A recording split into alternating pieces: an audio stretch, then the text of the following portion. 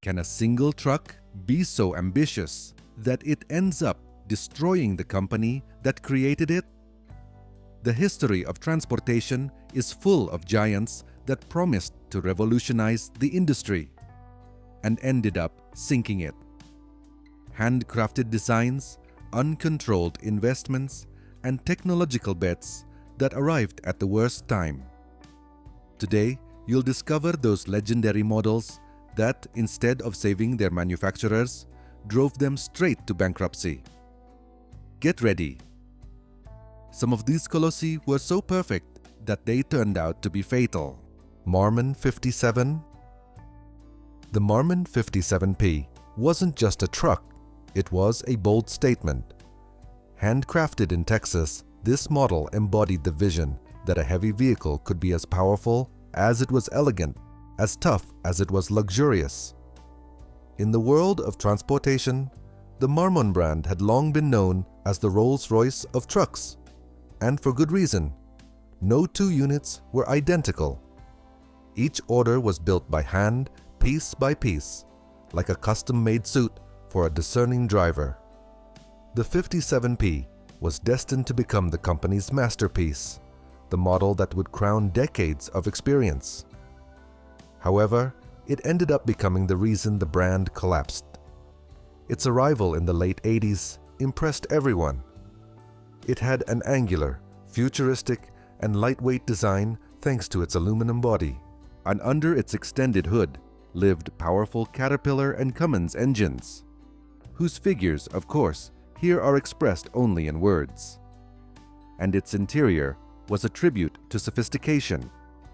Wood finishes, superior quality upholstery, and an instrument panel that seemed straight out of an airplane cockpit.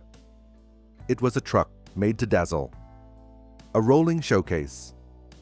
But precisely what made it special ended up being its downfall. Building each unit by hand meant slow production times and enormous labor costs. While other companies embraced increasingly automated assembly lines, Marmon clung to exclusivity, convinced that a truly exceptional truck had to be crafted like a jewel. The problem was that the market was changing. Large fleet owners were seeking efficiency, accessible maintenance, and competitive prices. While Peterbilt and Kenworth were delivering thousands of units a year, Marmon could barely complete a few hundred. Each truck cost almost twice as much as the competition's, and profits slipped through their fingers like water. As the 90s progressed, the financial situation became unsustainable. The 57P, conceived as a symbol of excellence, transformed into a black hole that absorbed resources without generating enough profits. By the end of that decade, the company ran out of capital. The artisanal production, so admired by enthusiasts, had condemned the manufacturer to an unsustainable pace. When Marmon finally closed its doors, the 57P remained as a paradoxical monument, a beautiful and exceptional machine, a testament to the old artisanal spirit in an industry that was already moving towards mass production. It was the living proof that seeking absolute perfection can, ironically, become a fatal mistake. Diamond Rayo Raider. In the 1970s, the American freight transport landscape was relentless. Competition intensified, fuel costs rose, and medium-sized manufacturers struggled not to be swallowed by industrial giants. In this turbulent scenario, Diamond Rayo was born, an attempt to merge two traditional brands, Diamond T and REO, to survive the storm. Their final hope to regain ground was called Raider. The Raider was meant to be their flagship, the model capable of restoring their prestige and sales. And in appearance, it delivered. It had a long, commanding hood, an impressive grille, and a spacious sleeper that promised comfort.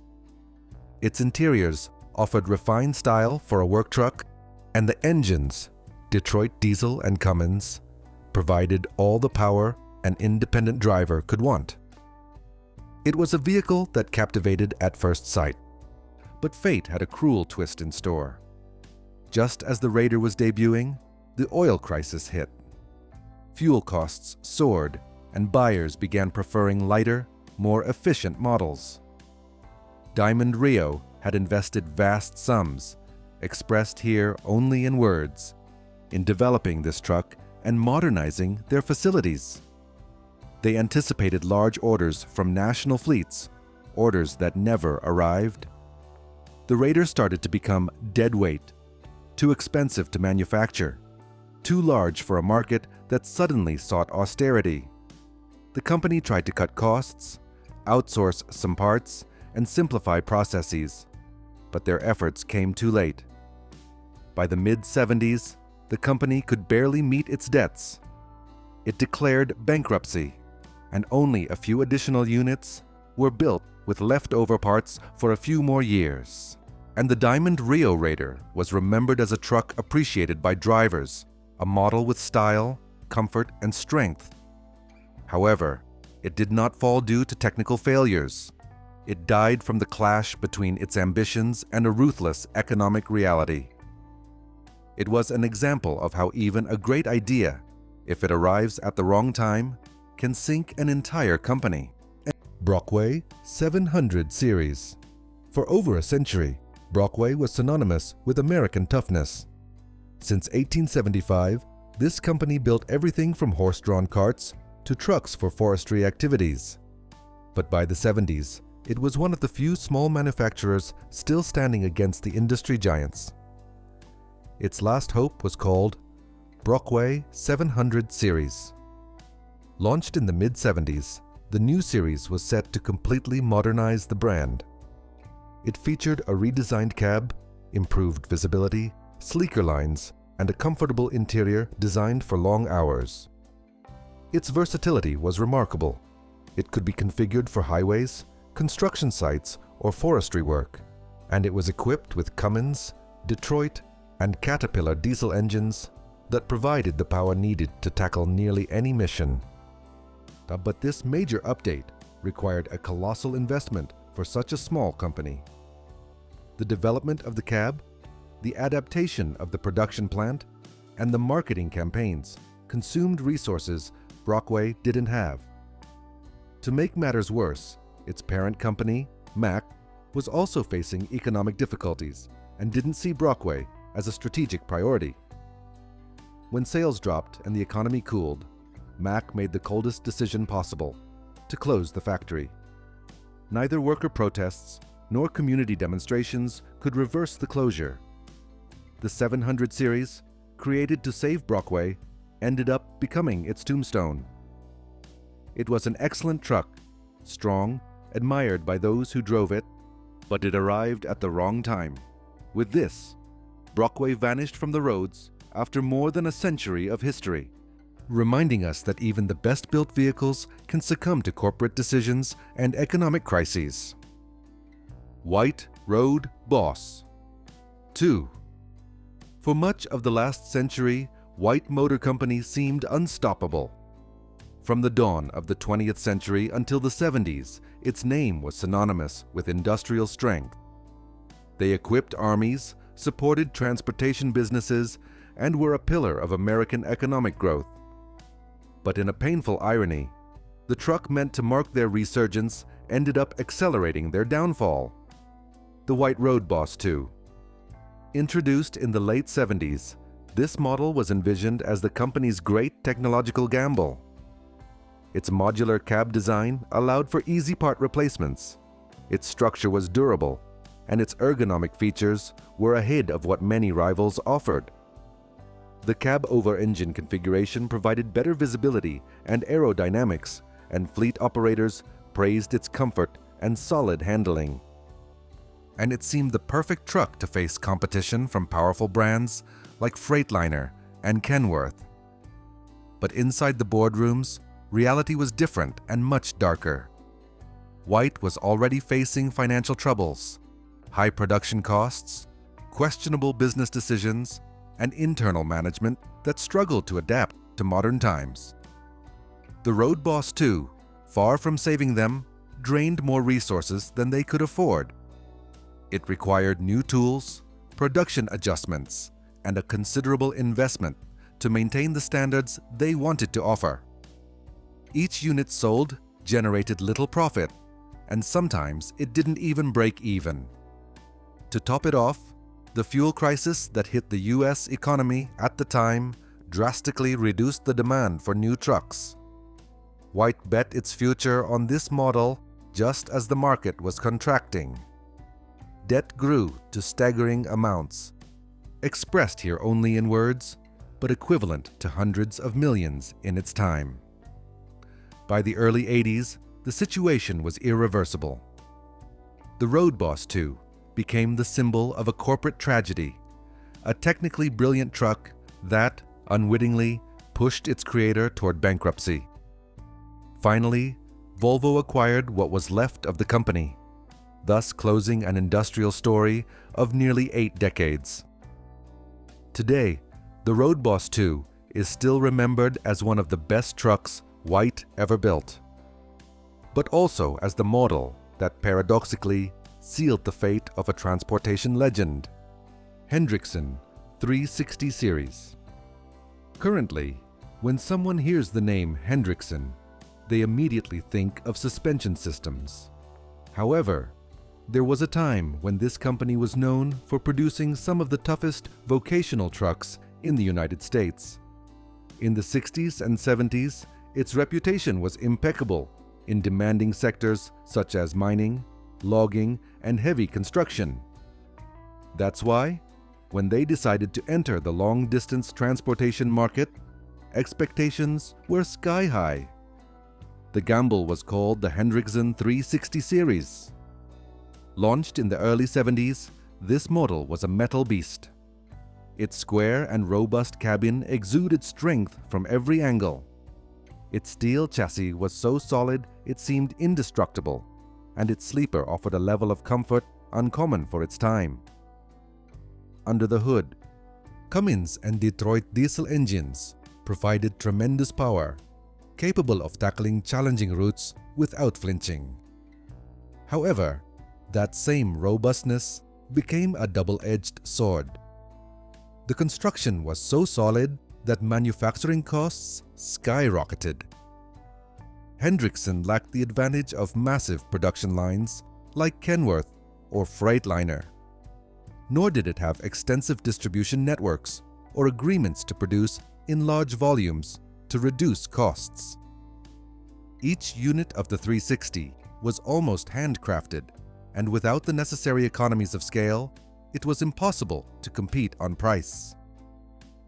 The oil crisis of 1973 worsened the situation even further. Transporters sought lightweight and efficient trucks, not heavy, fuel-guzzling monsters. Although the 360 was nearly indestructible, it represented exactly what the market no longer wanted. Hendrickson began losing money rapidly. By the end of that decade, the company had to make a tough decision: sell its truck division and focus solely on what could save it, its suspension systems. Thus, the 360 series went down in history as an admirable, strong, and well-designed model, but so overbuilt that it killed the production line that created it. It was a powerful reminder that even the toughest truck can break its manufacturer if the market doesn't follow. Autocar DC-996-4B. If the legends of heavy transport had monsters, the Autocar DC-996-4B would be one of them. It was a mechanical creature, so oversized, so brutally powerful, that it seemed more like a hybrid between a truck and a locomotive than a road vehicle. Autocar, one of the country's oldest brands, had built its reputation by crafting nearly indestructible vehicles for extreme jobs. But by the late 70s, they wanted to surpass all limits, and thus this super tractor was born. The DC-9964B was designed to haul immense loads: gigantic construction machinery, industrial turbines, cranes, colossal metal structures. Its reinforced chassis resembled a medieval armor turned into a mechanical platform. It featured dual-drive axles and a combined weight capacity far exceeding 200 tons, expressed here in words alone. These were figures that few trucks could even dream of handling. Under its enormous hood growled a Cummins 19-liter diesel engine, tuned to offer monstrous torque rather than speed. The cabin was practically a rolling bunker, with thick panels, giant mirrors, and reinforcements all around. It was a vehicle that commanded respect from any angle. But constructing such a beast came at an exorbitant price. Each unit was practically a piece of specialized manufacturing, with parts made in tiny series and assembled over extended periods. The production cost was so high that almost no customer could justify the investment, except for extremely specific jobs. And while Autocar tried to sustain this ambitious project, its parent company, White Motor Company, was already facing severe financial troubles. The combination of high expenses and insufficient sales pushed Autocar towards an inevitable crisis. The DC-996-4B, although impressive, contributed very little economic return.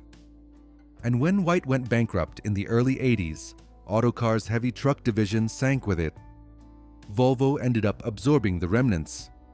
Over time, the DC-996-4B has become an almost legendary piece, the ultimate example of power on wheels. But it also serves as a stark warning. Even in the world of heavy transport, making something bigger, stronger, and more extreme doesn't always equal better business. Sometimes, the colossal can be fatal. Rio Royale Heavy Hauler. The REO Royale Heavy Hauler was born at a time when the historic REO brand was desperately trying to regain relevance. Its design was imposing, a spacious cabin, dominant grille, and an elegant presence that set it apart from the rest.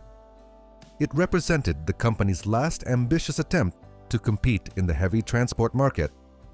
The truck offered powerful engines, comfortable interiors, and a robust construction. For its time, it was a technically outstanding vehicle, capable of tackling demanding tasks and long routes without difficulty. However, its development consumed too many resources, requiring investments that REO could barely sustain. The market, leaning towards more efficient and economical models, ignored the Royale for being considered costly and heavy. Sales were minimal, and the project's failure directly contributed to the brand's financial collapse. Shortly after, REO disappeared, and its legacy was marked by this last failed attempt at survival. Sterling A-Line. The Sterling A-Line was conceived as the flagship of a brand reborn under the Freightliner umbrella. Its modern aesthetics, spacious cabin, and excellent insulation made it an appealing and comfortable truck for long-distance drivers. The design aimed to clearly differentiate itself from the rest of the market. Although it used familiar engines and transmissions from the Daimler Group, it incorporated too many exclusive parts. This quest for identity raised production costs and complicated maintenance. For fleets, it was a truck that offered performance similar to Freightliner, but at a higher price and with fewer operational advantages. The arrival of the 2008 economic crisis hastened its end. With insufficient sales and costs impossible to justify, Daimler decided to shut down the brand completely. The A-Line remained a clear example of how attractive design is not enough when the economy and strategy do not support it. Foden Alpha 3000. The Foden Alpha 3000 represented a historic British brand's attempt to compete in a European market dominated by giants like Volvo and Scania. Its aerodynamic design, sleek cabin, and modern interiors made it a top-tier truck. It was the synthesis of Foden's pride and engineering. However, its production was very low volume, and many parts were almost hand-assembled. This significantly raised costs, making the Alpha 3000 less competitive against the cheaper and more practical models from DAF. The sister brand within PACCAR that excelled in efficiency and logistics. Sales were insufficient to sustain the operation. The truck was excellent, but too expensive for the modern European market. Finally, in 2006, Packard decided to shut down Foden. The Alpha 3000 became the last truck to bear its historic name. Pegaso Troner TX. The Pegaso Troner TX was conceived as the major technological leap for the Spanish industry towards the future. Its aerodynamic cabin, digital dashboard, and advanced interior placed it on par with established European brands. Visually and technically, it was ahead of its time. The problem arose with development and production costs. It was an expensive truck to manufacture, with sophisticated technology requiring significant investments. When it hit the market, its price was too high for many European fleets, which preferred more economical options from brands like Volvo, Scania, or Iveco. Low sales financially cornered Pegaso. Despite attempts to cooperate with other brands, the company fell into a debt spiral that ended with its absorption by Iveco at the beginning of the 90s. The Troner TX remained the last chapter of a legendary brand that couldn't afford its own progress. Sometimes, the true lesson behind these giants isn't in their power, but in what they represent. Immense dreams that sometimes weigh more than the metal that holds them. Each truck reminds us that ambition can either propel or topple, and that even the most imposing machines depend on human decisions. In the end, every journey leaves a mark, and each downfall tells a story worth listening to. If these tales of giants that pushed their brands to the limit have left you pondering the fragility of greatness on wheels, don't go without exploring more stories of machinery and ambition. Every truck has a truth to tell, and the next chapter always brings another colossus ready to amaze. See you on the next route.